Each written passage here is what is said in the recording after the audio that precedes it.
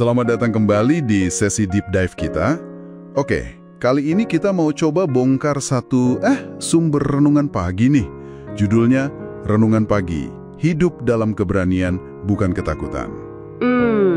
Jadi misi kita sekarang, ya kita coba gali deh ide intinya. Gimana teks ini mengkontraskan antara berani sama takut. Terutama, ini yang menarik, lewat kacamata ayat kunci di 2 Timotius 1:7.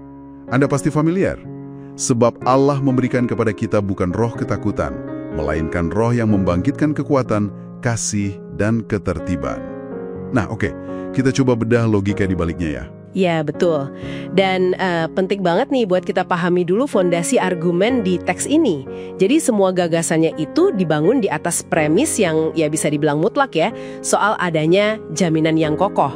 Nah, dalam konteks renungan ini, jelas banget ini merujuk ke jaminan dari Tuhan atau Roh Kudus, gitu. Oke. Tanpa kita terima premis ini dulu sebagai dasar buat memahami teksnya, alur pikirannya soal berani versus takut itu jadi ya agak susah diikuti sih. Jadi fokus kita di sini ya menelusuri gimana argumen itu dibangun dari dalam perspektif teks itu sendiri.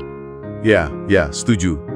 Dan dengan fondasi itu kan penulis renungan ini bilang kalau respons alami kita terhadap jaminan itu ya hidup dengan berani.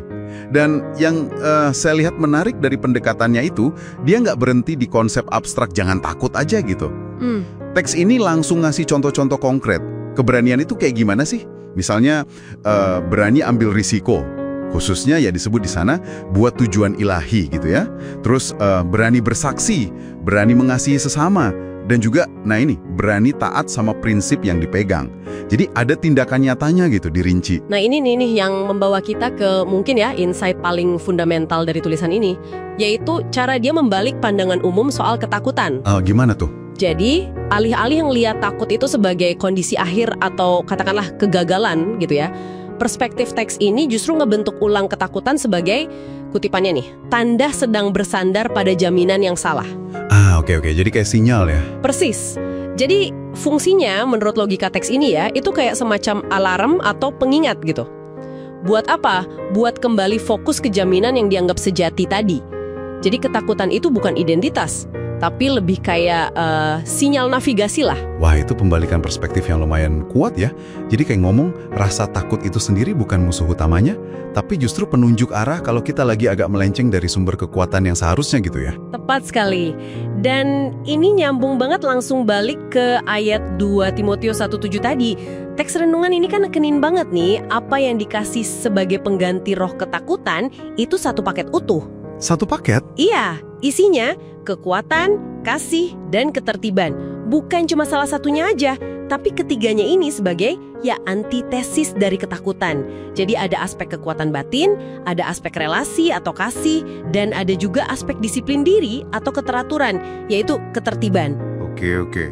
Nah, terus gimana nih relevansinya buat Anda nih yang lagi coba memahami inti pesan dari sumber ini? Penulisnya kan secara eksplisit ngedorong pembaca buat ya introspeksi diri, ada pertanyaan reflektif gitu yang diajuin dalam teksnya. Ketakutan apa sih yang menghalangi saya buat melangkah bagi Tuhan hari ini? Gitu kan? Ini bukan pertanyaan dari kita ya, tapi contoh gimana ide ini tuh diarahkan buat diaplikasikan secara personal sama pembacanya. Buat ngenalin penghalang internalnya dalam kerangka pikir yang disajiin teks ini. Betul. Oke deh, coba kita tarik benang merahnya ya. Ide sentral dari perenungan ini. Intinya, ada sebuah keyakinan akan jaminan fundamental, yang mana menurut penulisnya seharusnya itu menghasilin keberanian. Keberanian ini manifestasinya dalam kekuatan, kasih, dan ketertiban. Nah, di sisi lain, kalau kita ngalamin takut, itu dilihat bukan sebagai akhir cerita, tapi justru sebagai indikator penting. Indikator buat apa? Buat ngalibrasi ulang fokus kita, balik lagi ke jaminan tersebut. Bahkan di teks itu disaranin doa spesifik kan. Tuhan gantikan roh ketakutanku dengan roh kekuatan, kasih, dan ketertiban. Ini kayak ngerangkum esensi transformasi yang diharapkan gitu. Iya, benar. Dan ini nyisain satu pemikiran lanjutan yang menurut saya menarik juga sih kalau kita masih ada di dalam logika teks ini ya. Apa tuh? khususnya soal elemen ketertiban atau disiplin diri itu. Kan disebut sejajar tuh sama kekuatan dan kasih sebagai lawannya ketakutan. Nah, pertanyaan yang muncul gini, gimana persisnya sih ketertiban ini dalam praktek sehari-hari ya dipahami sebagai alat aktif buat ngatasin atau gantiin roh ketakutan itu? Teksnya emang nggak ngerinci mekanismenya gimana, tapi penempatannya di situ kayak nunjukin peran penting disiplin diri dalam mewujudkan keberanian versi sumber ini. Sebuah pertanyaan yang menarik banget ya buat Anda renungkan lebih lanjut. Gimana disiplin itu jadi bagian dari keberanian itu sendiri. Oke, sekian dulu deep dive kita kali ini. Sampai jumpa di pembahasan berikutnya.